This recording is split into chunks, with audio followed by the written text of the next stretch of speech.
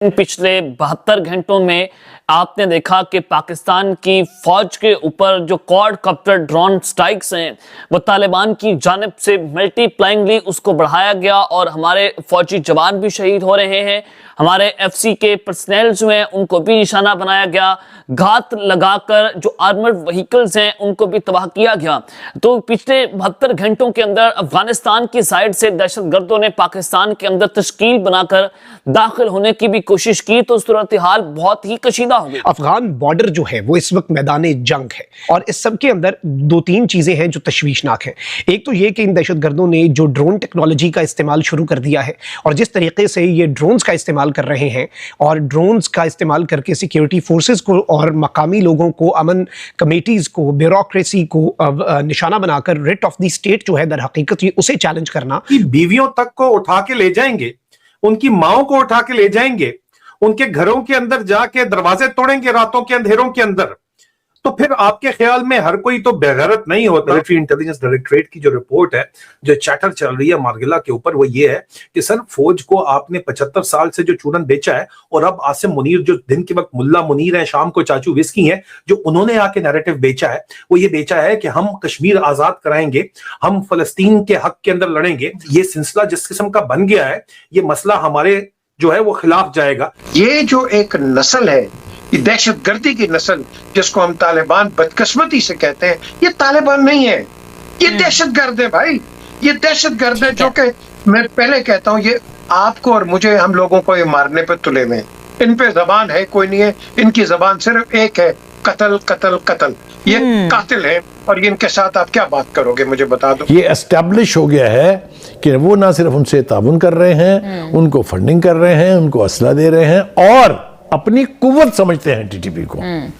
और टीटीपी के जरिए पाकिस्तान को ब्लीड कराने की कोई ऐसी कोशिश नहीं है जो उन्होंने नहीं की है। 80,000 के करीब लोग हमारे जो हैं वो अपनी जान से गए हैं। ये कुर्बानियां हम किसके लिए दे रहे थे कि हिंदुस्तान भी साथ साथ एक्सपोज हो रहा है। जी बिल्कुल। हिंदुस्तान और इस्राइल और अफगानिस्तान का जो नेक्सस बना है, जिसको मैंने अगले दिन शैतानों का इत्तेहाद सरासा करार दिया था, ये भी एक्सपोज हो रहे हैं। ये भी पूरी दुनिया को पता लग रहा है कि इनकी सहूलतकारी कौन कर रहा है। आप ये देखिए कि वो भारत जिसका नाम लेने के लिए अफगान तालिबान कभी तैयार नहीं थे, हालांकि अशरफ गनी के और काराज़ई के दौर में बड़ी कोशिशें हुई, उस वक्त भी रॉ जो है कोशिश कर रही थी। 18 कौंसल खाने खोल लिए थे उन्होंने आगे, यहाँ आपको याद नहीं, पाकिस्तान अफगान बॉर्डर के ऊपर। लेकिन अब तो वो जाके टोटली उनकी गोद में बैठ गए हैं। यानी पिछले 2 महीनों में तीसरा वफद बैठा हुआ है दिल्ली में इस वक्त। कौन से सेहत के मामला जाता हो रहे हैं भाई, खुदा के लिए। आपके यहाँ तो अफरा तफरी का आलम है, धमाके हो रहे हैं, अब दहशतगर्दी की कार्रवाइयाँ हो रही हैं। आप चले हिंदुस्तान से सेहत ठीक करने के लिए, सेहत का शोबा। तो कहने का मतलब ये है कि ये भी अब एक्सपोज हो रहा है साथ साथ। और दूसरी बात, इसराइल ने अफगानिस्तान और भारत के साथ मिलकर हमेशा पाकिस्तान को ब्लीड कराने की कोशिश की है। रशिया, रूस ने ना सिर्फ तालिबान को क्या कहते हैं रिकग्नाइज किया एज डे फैक्टो, उन्होंने डे जोरे रिकग्नाइज कर दिया है, जो और कोई मुल्क शायद नहीं किया हो।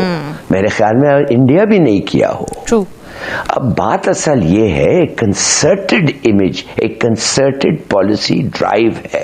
रशिया एंड इंडिया दोनों मिले हुए हैं और वो उनको, और मुझे ख्याल में रशिया और इंडिया मिले हुए हैं। और माफ करिए, चीन चुप है, हमारे साथ है मगर चीन चुप है।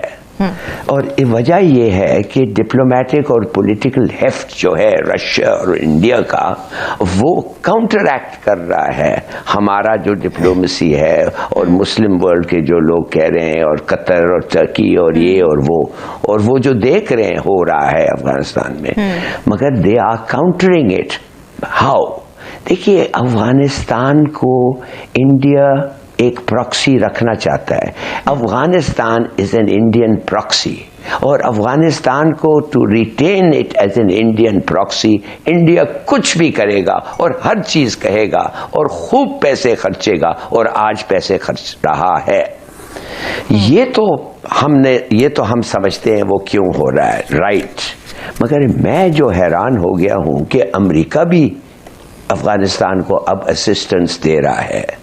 और ये जो उन्होंने एक ट्रंप ने कहा है हम बहराम जाके वापस ले रहे हैं, ये कैसे जा रहे हैं वापस? ये फोर्सेस के साथ तो नहीं जा रहे हैं वापस, ये एक इन्वेडिंग फोर्स के साथ नहीं जा रहे हैं। ये कैसे जा रहे हैं? तालिबान की इजाजत से। तालिबान इनको इजाजत क्यों दे रहा है?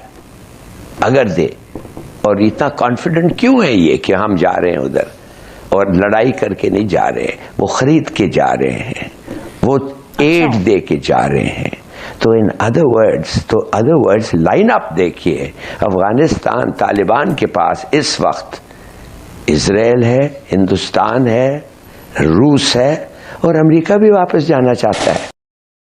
अब हम समझते हैं कि अमेरिका, आप और मैं कहेंगे कि अमेरिका वापस इसलिए जाना चाहता है कि वो मॉनिटर करना चाहता है क्या होता है चीन में और ईरान में और ये और वो, पॉसिबली। मगर कुछ और लोग कह रहे हैं कि बागराम बेस जो है, जो अमेरिका ने स्पेशली पैसे खर्च करके बनाए हैं, वो क्यों है? वो इसलिए हैं, बकौल काफी लोग, वो इसलिए हैं कि अगर पाकिस्तान कोलैप्स कर जाए या डिसआर्म हो जाए तो पाकिस्तान के जो हैं वो बागराम में स्टोर होंगे। अच्छा। और बागराम इस तरीके से बना हुआ है कि अमेरिकन फोर्सेस और इस किस्म के हथियार उधर स्टोर हो सकता है। Now what I am simply saying is कि मैं नहीं कहता कि शहबाज शरीफ साहब इस मैटर पे तवज्जो ना दें, मगर मैं ये जानना चाहता हूं कि इस जंग जो ये अब छिड़ी है और छिड़ेगी और बढ़ेगी, Russia, India for their own reasons on behind Afghanistan, America और इजराइल वो भी अफगानिस्तान के साथ, एक चाहता है कि पाकिस्तान डी न्यूक्लियराइज हो, दूसरा चाहता है, इंडिया और रूस जो चाहते हैं वो सबको पता है। तो मैं ये जानना चाहता हूं हमारा क्या काउंटर स्ट्रेटजी है, हम किसको साथ इकट्ठा कर रहे हैं। नमस्कार दोस्तों, स्वागत है आप लोग का हिंदुस्तानी स्पेशल के एक और नए वीडियो में। दोस्तों, पाकिस्तान से एक बहुत बड़ी खबर आ रही है कि लगभग 72 घंटों के अंदर पाकिस्तानी आर्मी पर बहुत बड़े बड़े अटैक हुए, जिसमें कि 300 से 400 पाकिस्तानी जवानों की मारे जाने की खबर है। हालांकि ये 300-400 जवानों के मारे जाने की खबर पाकिस्तान के जो मेन स्ट्रीम मीडिया है उस पर तो नहीं चल रही है, लेकिन जो यूट्यूब चैनल्स हैं, जो उनकी कुछ मीडिया के पत्रकार जो कि यूट्यूब चैनल पे आके वीडियोज़ बनाते हैं, उनकी तरफ से जो न्यूज़ आ रही है उसमें साफ पता चल रहा है कि पाकिस्तानी आर्मी के ऊपर 72 घंटे के अंदर बड़े बड़े अटैक हुए हैं। दोस्तों, इस वीडियो में अगर आप देखें तो अब पाकिस्तानी एक बार फिर से जो डिप्लोमेसी की बात को लेके बहुत ज़्यादा झूठी झूठी बातें करते थे, अब एक बार फिर से वो ज़मीन पे उतर चुके हैं।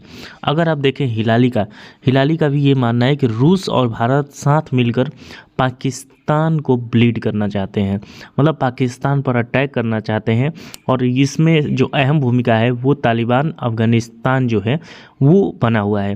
दोस्तों, अगर आप देखें पाकिस्तान की स्थिति, तो जब भी अफ़गानिस्तान से कोई भी मिनिस्टर, अभी उनके हेल्थ मिनिस्टर जो है वो अभी भारत आए हुए हैं, और जब भी कुछ भी होता है, अगर आप देखें, जब भी कोई वहाँ का मिनिस्टर, यहाँ का कोई बड़ा नेता जब भी भारत आता है तो पाकिस्तान के पेट में दर्द होना स्टार्ट हो जाता है। और अगर आप देखें तो उसी समय पर लगातार अटैक की संख्या भी बढ़ जाती है। और कहीं ना कहीं इसी वजह से पाकिस्तान बहुत ज़्यादा परेशान है कि अफ़गानिस्तान जैसा देश अगर उसके हाथों से निकल गया है और भारत के गोद में खेल रहा है, तो ये पाकिस्तान के लिए बड़ी प्रॉब्लम है। क्योंकि अगर आप देखें अफ़गानिस्तान में अगर 500 लोग भी मर जाए तो अफ़गानिस्तान की कोई जवाबदेही नहीं है कि वो लोगों को क्या जवाब देंगे। वही अगर भारत में एक जो हमारे आर्मी के जवान अगर शहीद होता है तो उसकी जिम्मेदारी पूरी गवर्नमेंट को बनती है कि वो उनके परिवार को जवाब दे, लेकिन अफ़गानिस्तान में ऐसा है नहीं। और इसी वजह से पाकिस्तान परेशान है कि हम इनसे कब तक लड़ेंगे। क्योंकि पाकिस्तान में अगर 500 लोग मारे जाएं तो कोई पूछने वाला नहीं है, लेकिन अगर अफ़गानिस्तान में मारे जाएं 500 लोग तो कोई पूछने वाला नहीं है। लेकिन वही अगर पाकिस्तान में मारे जाएं तो न्यूज़ जो है वो काफ़ी ज़्यादा बन जाती है। तो इसी को लेकर कहीं ना कहीं काफ़ी ज़्यादा बातें हो रही है कि हम इन सब चीज़ों को क्यों नहीं रोक पा रहे हैं। तो दोस्तों, बस आज की वीडियो में इतने ही। वीडियो को लेकर चैनल हिंदुस्तानी स्पेशल को सब्सक्राइब कर ले, क्योंकि आपके लिए इंटरेस्टिंग वीडियो लाते रहते हैं। मिलेंगे से न्यू वीडियो से, तब तक हिंदुस्तानी स्पेशल।